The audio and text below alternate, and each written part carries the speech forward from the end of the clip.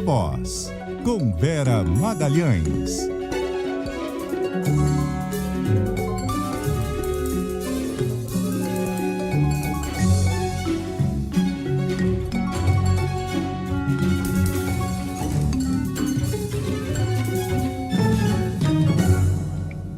Olá, muito boa noite. São 6h04. O Viva Voz está no ar, trazendo análise e bastidores das principais notícias do Brasil e do mundo, da política à economia. Boa noite, Carol Moreira.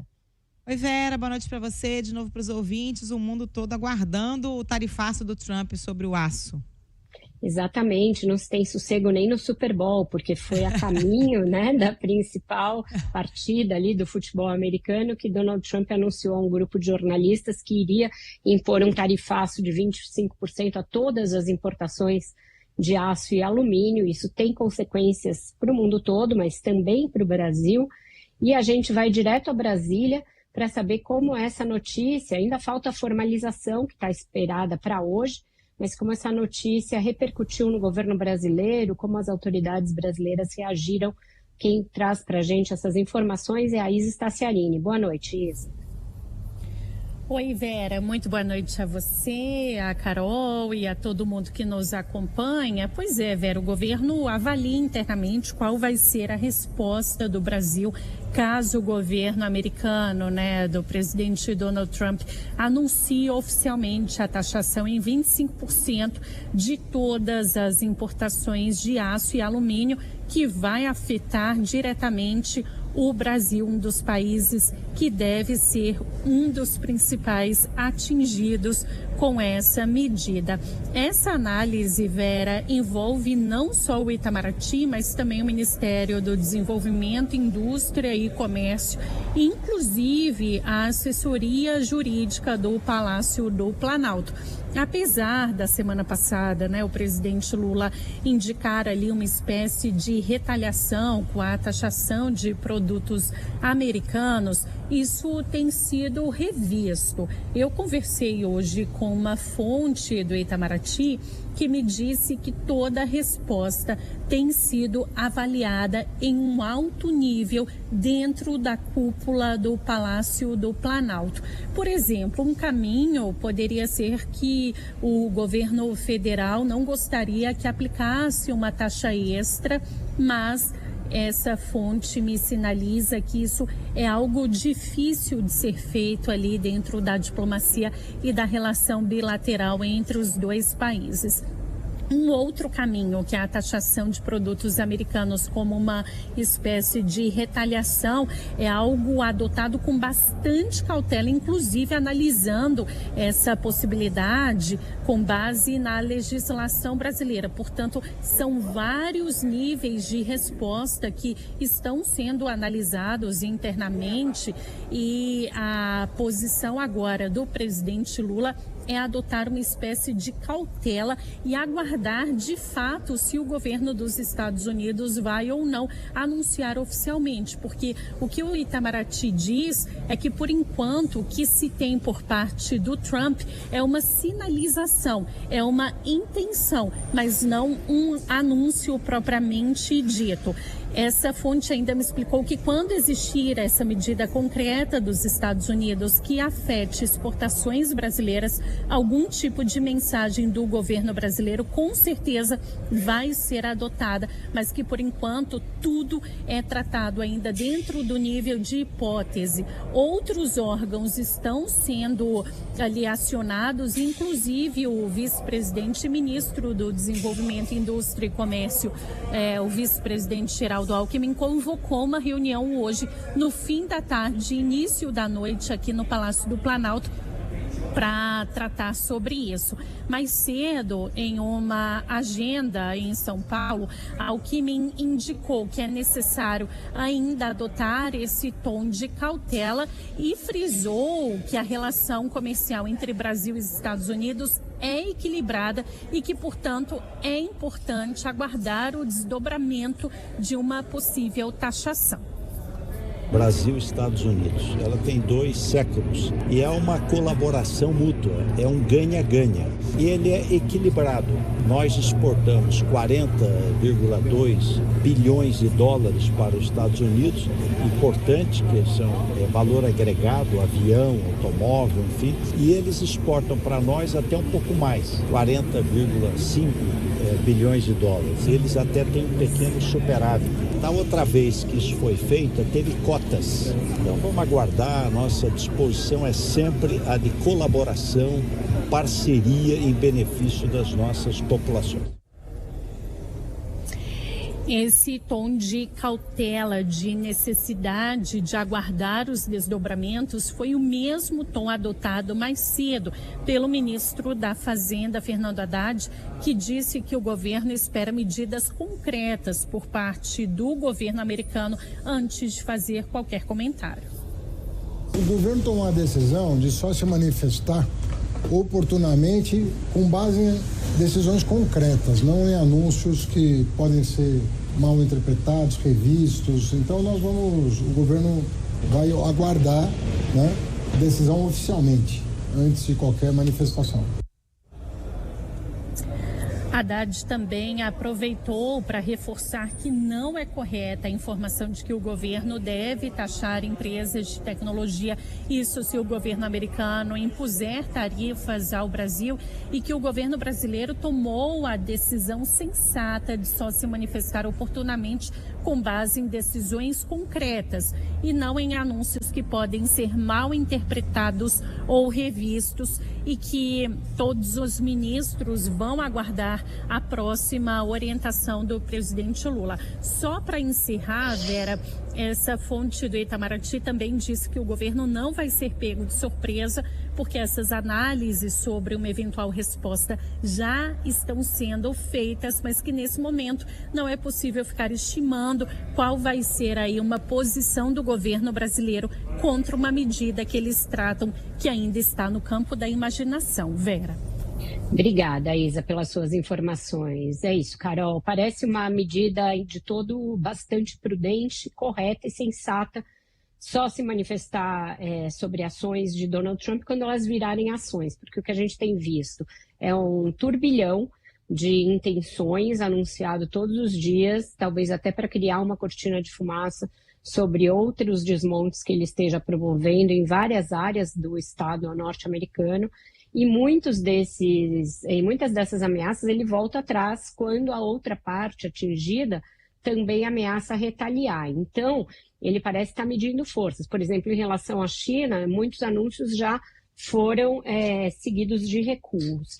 No caso mesmo das tarifas, ele adotou inicialmente no mandato anterior esse tarifaço indiscriminado e depois adotou essas cotas que o Alckmin falou, justamente porque isso tem um reflexo ruim para o próprio país. Os Estados Unidos vão enfrentar uma inflação em razão do fato de que, para importar mais caro esse aço e esse alumínio, as indústrias vão ter de repassar o preço. Isso é tão óbvio que parece inacreditável que ele esteja deflagrando uma guerra comercial de novo, sem medir as consequências. O Brasil é atingido, mas também muito fortemente o México e o Canadá, que são vizinhos e já estão sofrendo em outras searas, mas que são grandes exportadores de aço para os Estados Unidos. Então, muita cautela é necessária. Acho que está correto o Alckmin, está correto o Haddad, e esse deve ser um procedimento padrão, não só do Itamaraty, mas de toda a administração brasileira, de esperar que as medidas sejam formalizadas no caso do Trump. É a tática do caos, né, Vera? Até contra o canudo de plástico, o Trump já foi, né? Acabar com o incentivo a canudo de papel. Cada dia é uma insanidade diferente. Tem que esperar, ver se isso realmente vai se concretizar. Agora, é um golpe para a indústria brasileira, né? Se realmente vier essa tarifa de 25%, porque o Brasil exporta 48% do aço exportado aqui pelo Brasil, tem como destino os Estados Unidos, são 3 bilhões de dólares da nossa balança comercial. É muita coisa, né? Muita coisa, mas como a tarifa é indiscriminada, ela atinge da mesma maneira todos os países. Então, sim, muito ruim, mas não é uma coisa voltada especificamente para o Brasil por enquanto. Para a gente ver como esse caos é realmente geral, esse não é nem o principal assunto dos jornais americanos hoje, porque ele também também existe hoje lá o fato de que um juiz está considerando que o Trump deixou de cumprir decisões judiciais. Então, na seara judicial também tem uma outra frente de batalha aberta. Mas ainda falando sobre essa questão do tarifaço, do aço e das exportações, aliás, e do alumínio, também já tem aí uma repercussão grande na indústria brasileira que vai ser afetada, como você bem diz. Quem traz para a gente essa primeira reação é o André Pinheiro. Boa noite para você, André. Oi, Carol. Boa noite para você, para Vera, e também aos nossos ouvintes. O Brasil deve ser um dos países mais afetados pela taxação das importações de aço e alumínio pelos Estados Unidos em 25%. Em 2024, por exemplo, o Brasil foi o segundo maior fornecedor de aço para o mercado americano, atrás apenas do Canadá. Segundo o relatório recente da Câmara Americana de Comércio para o Brasil, os produtos semiacabados de ferro ou aço ocupam o segundo lugar na lista dos itens mais exportados para os Estados Unidos.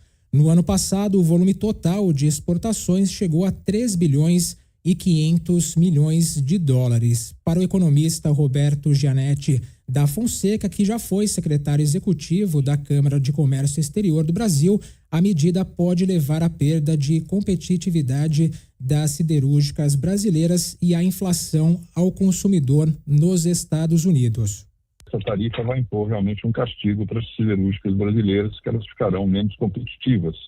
Mas castigo maior será imposto ao próprio público americano, ao consumidor americano, que vai ter que pagar mais caro por um aço que faz parte de inúmeros produtos, inúmeras cadeias produtivas, como automóvel, eletrodomésticos e metais em geral, que são usados no consumo americano. Isso vai trazer, evidentemente, inflação e encarecimento desses produtos para o consumidor. Eduardo Gianetti enxerga a criação das novas taxas como uma tentativa de recuperar a indústria siderúrgica americana, conforme Trump prometeu no ano passado aos eleitores de estados industriais da região conhecida como Cinturão da Ferrugem. A ideia de vamos fazer a América grande de novo passa por essa ilusão de recuperar a indústria siderúrgica, entre outras, e que Estados Unidos, nesse ponto, perdeu a atualidade, a competitividade, como eu falei, e está fazendo o jogo errado.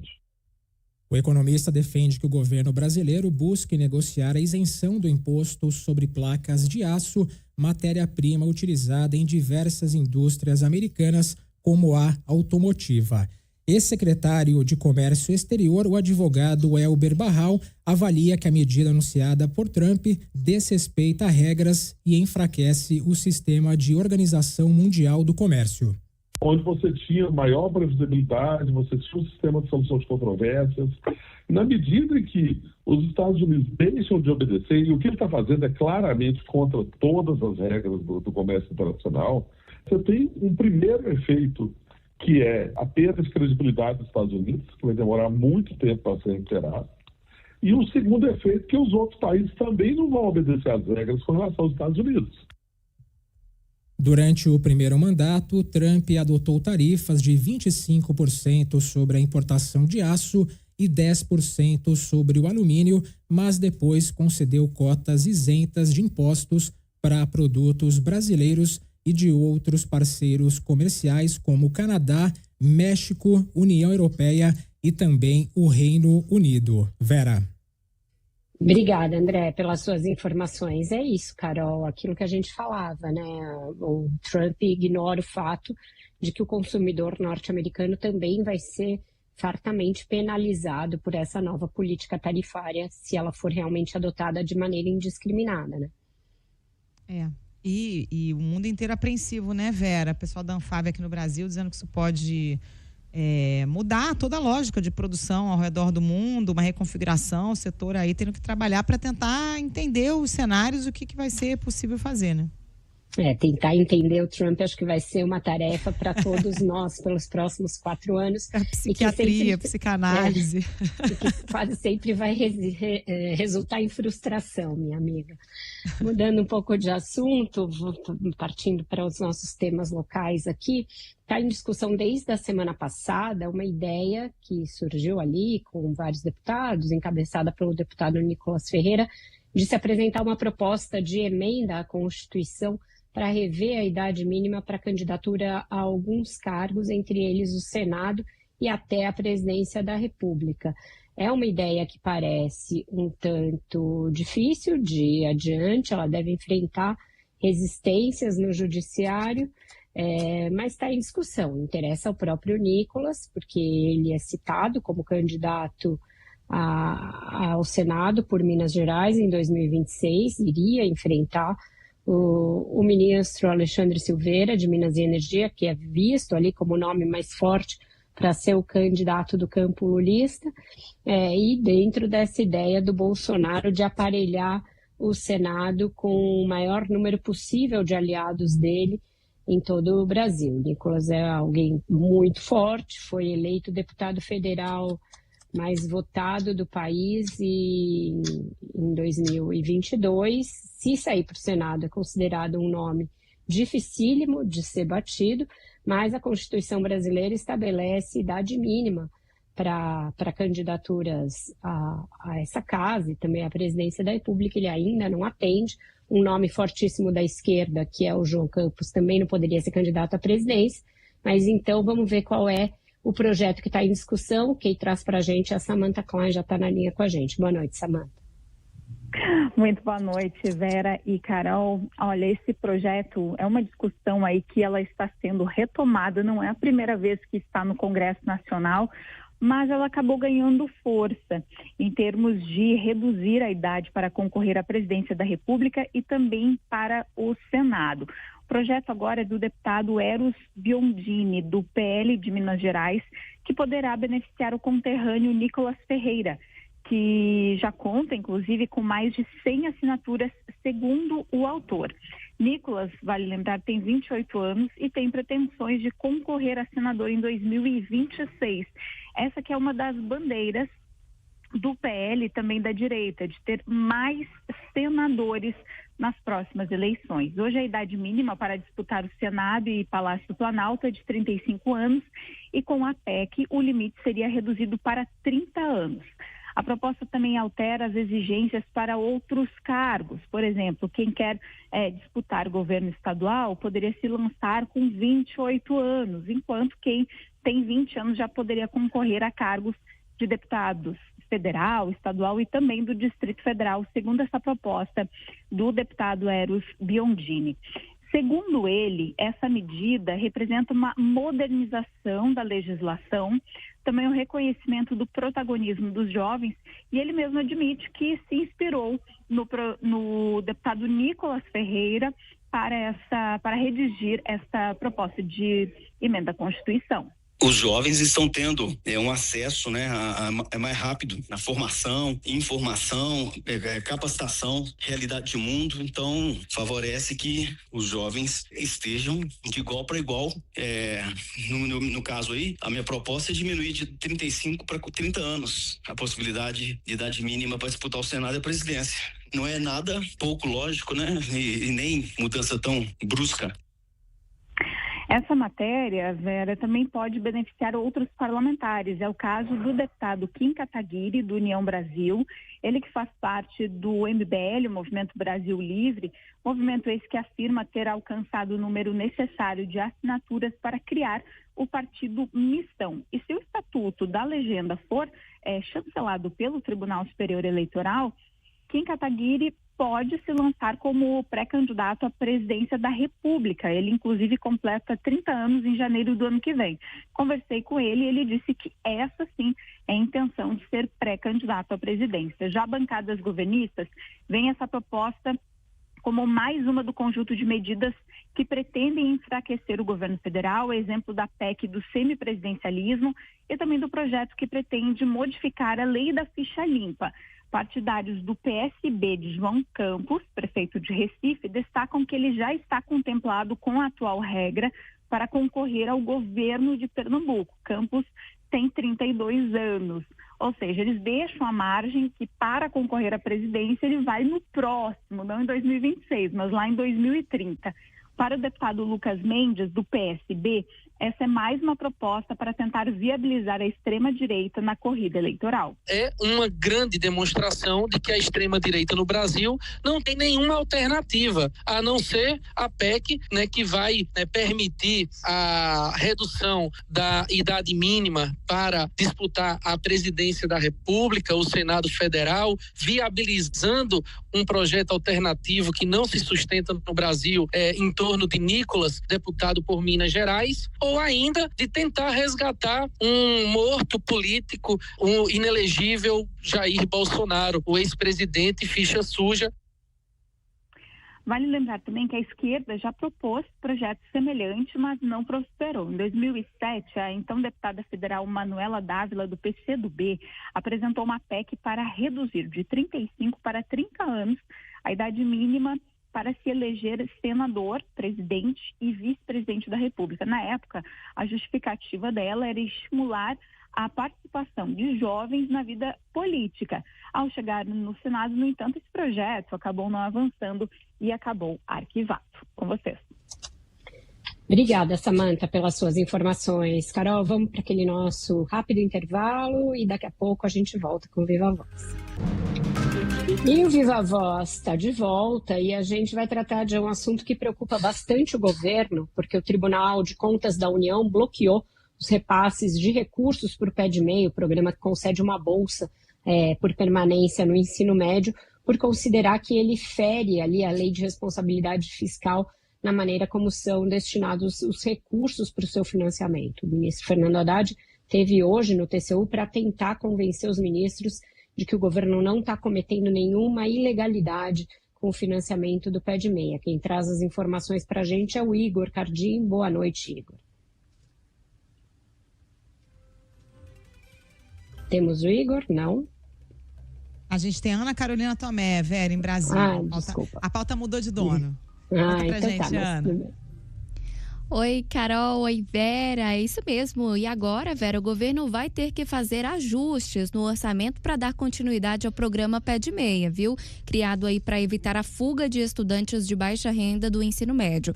A condição foi apresentada nesta segunda pelo ministro do TCU, Augusto Nardes, relator do processo no tribunal. Em janeiro, a corte determinou a suspensão do repasse de 6 bilhões de reais para financiar o PED-MEI, que atende a 4 milhões de estudantes. Augusto Nardes afirmou que o TCU não é contra o programa, mas que o governo precisa incluir as despesas com o PED-MEI no orçamento.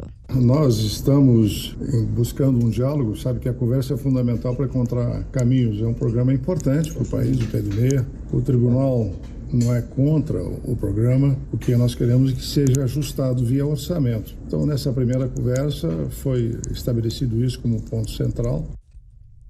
A fala do ministro foi após encontro com o ministro da Fazenda, Fernando Haddad, que foi até o tribunal levar dados econômicos para tentar garantir a retomada do programa. Após a reunião, Fernando Haddad disse que a missão do governo é convencer a área técnica que o programa é sustentável economicamente. Ele próprio se manifestou muito favoravelmente ao programa, reconhece o mérito para a educação e nós estamos procurando entender a área técnica do tribunal, mas ao mesmo tempo garantir a continuidade do programa. Na decisão que bloqueou o financiamento do PED-MEI, o TCU entendeu que o programa receberia recursos sem passar pelo processo orçamentário adequado. O tribunal determinou que o governo federal não utilizasse os recursos do Fundo de Garantia de Operações de Crédito Educativo para custear o PED-MEI, que deveria ser pago com o dinheiro do orçamento. O recurso do governo contra o bloqueio bilionário no PED-MEI deve ser votado, então, nesta quarta-feira no Tribunal de Contas da União. Vera e Carol. Obrigada, Ana Carolina Tomé. É isso, é um programa importante para o governo, é um dos únicos inéditos, aí, novos programas criados nesse mandato. Os outros programas são reedições de políticas passadas do Lula, das suas gestões anteriores, das gestões da Dilma. É um programa muito popular e com esse bloqueio de recursos, Carol, os estudantes estão sem receber o repasse, e são muitos estudantes afetados.